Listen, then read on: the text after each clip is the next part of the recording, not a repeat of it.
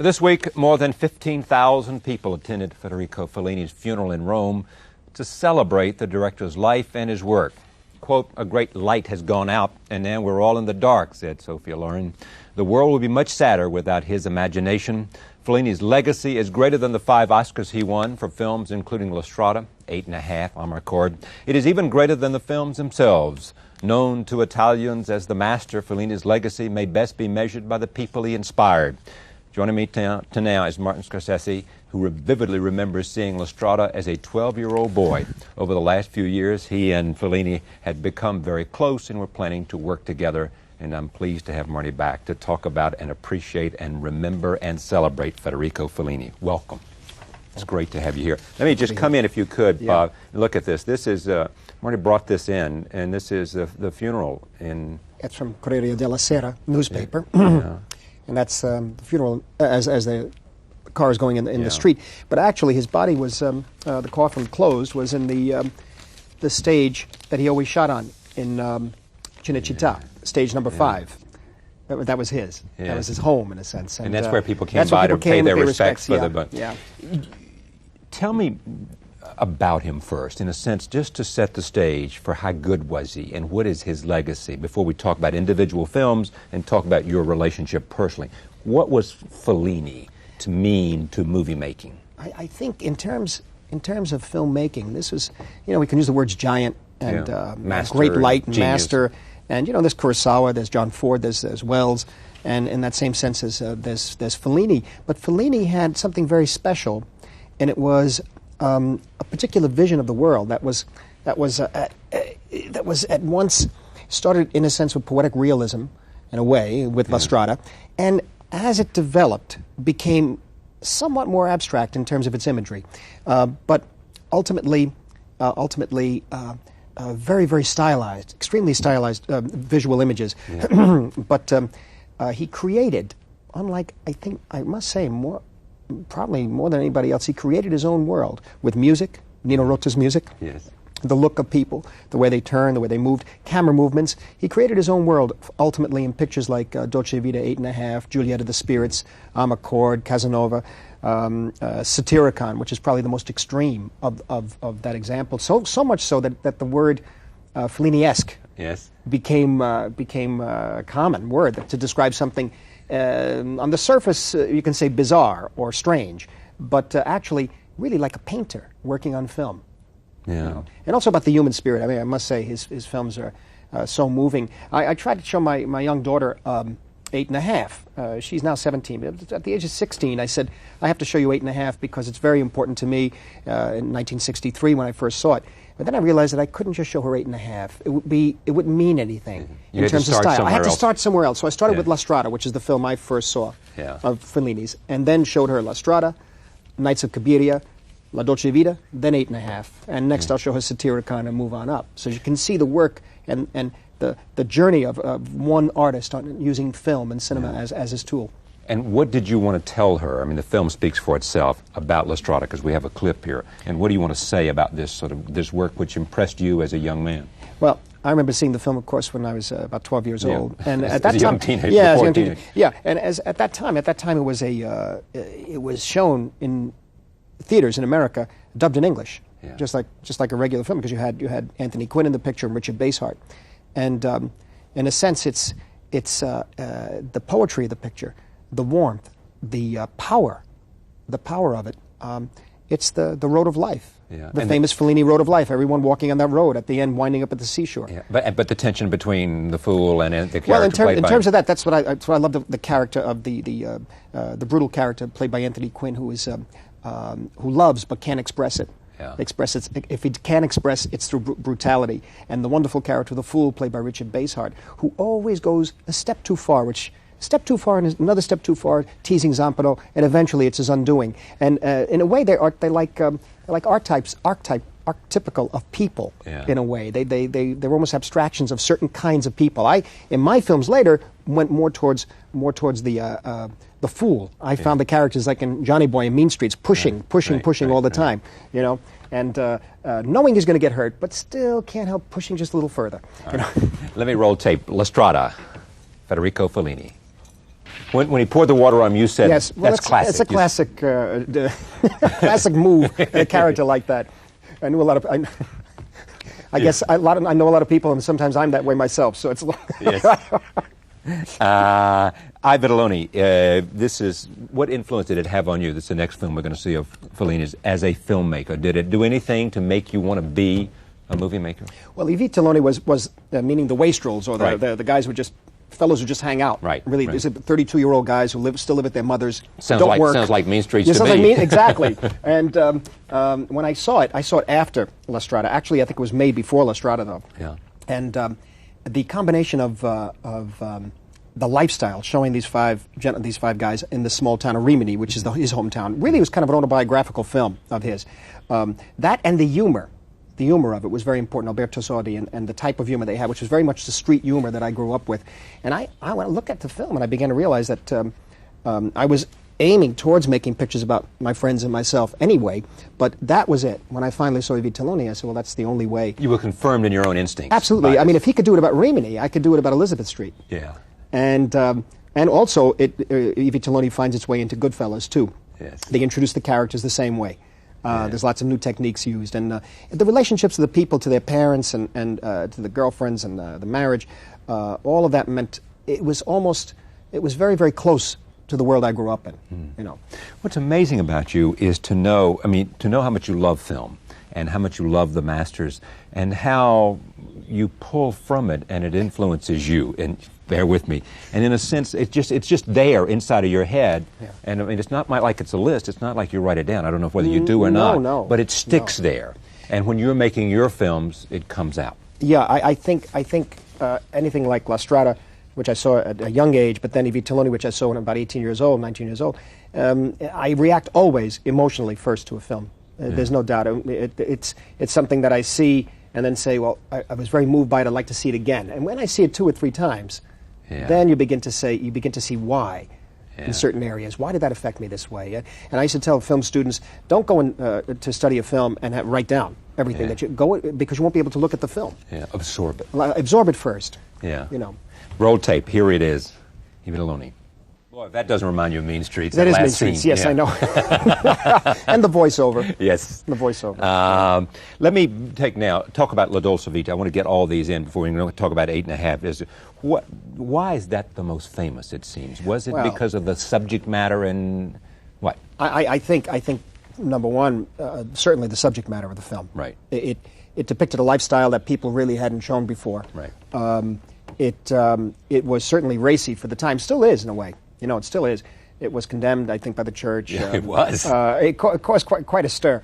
And yet there are, from the very first image of the statue of Jesus being flown, a helicopter has a rope under the arms of Jesus' arms outstretched, and the helicopter's flying with the statue below it. Mm-hmm. And they buzz a rooftop. Some women are nude sunbathing. And the statue of Jesus goes over them. And right there, from the opening of the film, you begin to realize that this is the symbolism is going to be very, very strong. And the film is episodic. And just really goes through and analyzes a life where the values are gone, a lifestyle where the values are nothing. Fellini was not a very religious man. Not really. I understand. Yeah. I mean, you are. Yeah. I mean, you have an enormous sense of your Yes. Catholic roots. In fact, you thought about being a priest. Yes, but he's Italian, though. In Italy, there's a special relationship, I think, with the church. Yes, as you know, he was there in the church in Piazza del Popolo. They had the body there, and he was buried with full honors and with the church. Even though they may have condemned some of his films, they pointed out that he listened to different voices, they said. Yes. You know? All right. Here it is. La Dolce Vita. You said as we were watching that he loved to stir it up. Yeah, he was a troublemaker. He knew what he was doing, and he knew this was tweaking the church and tweaking the people. Yeah. And he gets you talking about it. I mean, the film is it really is a very moral film, La Dolce Vita. And it's about the loss of innocence, and it examines that lifestyle. It also examines, where Italy is at that time, 1959. Yeah. It's really quite extraordinary. And the then decadence and the rest the of decadence, it. yeah. 8.5. His most personal film? Yeah. On the surface, I think. Yeah. You see, I think his films were all extremely personal. But Vitelloni is certainly even his brother is acting in it too. But 8.5. I mean, La Dolce Vita was the set piece. It was 3 hours long. there were episodes, there was no story, and there was a major break with a major stylistic break with his previous films, Nights of Cabiria, Vitelloni, Il Bidone, and La Strada. So when he made 8½, he went about 10 light years further, more than anybody else, I think. I think the only other person, well, there's a number of great filmmakers, but Ingmar Bergman's Persona is the other film where when he made Persona, he jumped to another level, another perception. And 8½, was so extraordinary. I remember seeing it on 57th Street at the Festival Theater as soon as it opened, and trying to capture it. I went home and drew pictures from it. Luckily, I had seen it about 4 weeks before I shot my very first short film at NYU, and I just wanted to capture, first of all, the camera movement. Always keep the camera moving, because it became choreography in the way the camera moves, and the camera moving in and out. The use of blacks, very strong blacks against white, the contrasts, the cutting back and forth through time and memory and dreams. At first, we tried to study the film after seeing it for the first time to try to figure out what was going on, and then you realize you don't have to, because it's very simple, really. Of course, some of the public was confused when I walked out of the theater that night. A woman was standing in the street trying to get a taxi. She goes, "Did you just see that film?" I said, "Yes." She said, "What did you think of it?" I thought it was great. She goes, "Well, I don't think it was very good. Maybe some good photography." She said, "That's about all. I don't understand what the hell it's about." Yes. But but it became extremely famous, and it really is still to this day a film that a lot of people can learn from. Okay, roll tape, 8½. Yeah, you just said to me what's incredible about this film is this particular sequence is all a fantasy. Totally a fantasy, yes. He has his wife and his mistresses and his mother and his aunts all living all together and all attending him, yes. How close did you get with him? I mean, when did you first meet, and how did the friendship develop? I met him back in 1970 in Sorrento Film Festival, and got to see him and speak to him and pay homage, And over the years, by around late 70s, we became very, very close. I visited many times. I was living in Rome for a while and saw him quite often. Visit him on the set? Yeah, on the set of City of Women with my mother and father, and we'd have lunch at Cinecittà with him and that sort of thing. And over the years, as I didn't go back to Italy for a while, in the mid-'80s, we missed each other for a little while. And then finally, a few years ago, about 4 years ago, I was in the Venice Film Festival, and he came over and said, we don't see each other anymore. Why don't you come back to Rome? And I did a year later, and at which point we had a lunch at Suso Cecca D'Amico's house. Yes. She's the one who's written practically, her credit is on practically every great Italian film from 1945 on. And at that point, Raphael Donato, who was my associate, Federico took him aside and said he would love to, he wondered if Martin would help him the way Coppola had helped Kurosawa to get another picture made, because his latest picture, The Voice of the Moon, was not released in America. And he was just trying to get another picture made. He said, if somebody just gives me some money just to photograph these objects in a room, he said, like this, I move them around, I'll be happy. Yeah. And so we spoke about it afterwards, and he had a producer named Leo Pescarola, and he had an idea of director's notebooks, it's called. And he had a series of projects. The first one was on the actor. Right. The next one was on the producer. Another one was on the cameraman. And a series of things that would be done, of course, in his beloved Cinecittà, stage number 5. Mm. And within a few months, we were able to work out, there was some money from Europe, and we were able to work out Universal Pictures to complete the financing of the picture. And you were going to be what, executive producer? Executive producer, really. Right. To really have the honor to put my name there, and then go on the set for a couple of days just to watch, because it was everybody in Italy too was very excited, because they said Maestro's going to work again, and it was like a circus when he worked. See, everybody, because he loved the circus. It was like one giant party with everything going on. And they'd go and watch all the extras going in, because he always had very strange people and stuff like that. And unfortunately, they said, well, first you had to have the bypass, they said, and then after the bypass, we were going to shoot in the fall. And from the bypass, he was getting himself back together, and then unfortunately. It just didn't work out, but we were ready to go. A couple of things. One, when you won the, didn't he call you at the time of the Oscar? Yes, yeah. And said what? Just congratulations, or did he send a telegram, or was? He called. His voice was very weak, but this was right when he got his Oscar, right? Because I wasn't there. Right. He got his Oscar, his 5th. Right. And it was a long trip. He only came for one day. I hoped he was going to stay in New York for a couple of days, but he didn't. He flew from Rome to Los Angeles, and afterwards spoke to me on the phone, and his voice was quite weak after the day after the show, and I became a little worried. But he just, professed his love and appreciation. And Couldn't wait to get to see him. I mean, it must be for you to have so much admiration, so much respect for him, and to be influenced by him, and to know that because of the nature of this beast that the both of you worked in, the movie business, here was someone that good, and who brought such an excitement and was such a catalyst, couldn't raise the money to do what he wanted to do. Yeah, yeah. I mean, you know, and it's really. It's the sorry state of film today, world cinema today. It's just a terrible situation. I mean, great filmmakers like that. I tried to get Voice on the Moon released in America. Only one company, Miramax, is willing to work on it with us, Harvey Weinstein. But a few of the exhibitors we showed it to wouldn't even show it. And it's a good picture. I think it's better than Fred and Ginger, the one he did a few years earlier, and it will be shown. But after a while, Federico told Raphael, he said, listen, maybe we should wait a few years, let a mystique gather around the film, you know, and then show it. But it's a shame that Italy could not get together. I know his friends in Italy have said now that they're making speeches about him. 5 years ago would have been more helpful if they'd given him the money. Yeah, you bet. Yeah. All those people in there who rise to say how great he was when he was coming to him to ask for some money were saying, well, we don't know if it's bankable or if it's commercial. You couldn't go to the funeral. No. Because? Well, I tell you, it's a personal thing. It would have been the third this year. Your father? Robert De Niro's father. Right. And my father and Federico, and I just couldn't do it. I couldn't do it. He died pretty similar to what my father had. There was a bypass, then the bypasses, and then coma. A stroke, and then a coma. Yeah, exactly the same. And he lasted exactly the same days 12 in days the coma. Or 10 days, 12 days. Yeah. And also, Federico was approaching his 50th anniversary. My mother and father were approaching their 60th. Yeah. Yeah. And it was all too. We feel that we're going to release his films. We're releasing La Strada now in America with Kino International.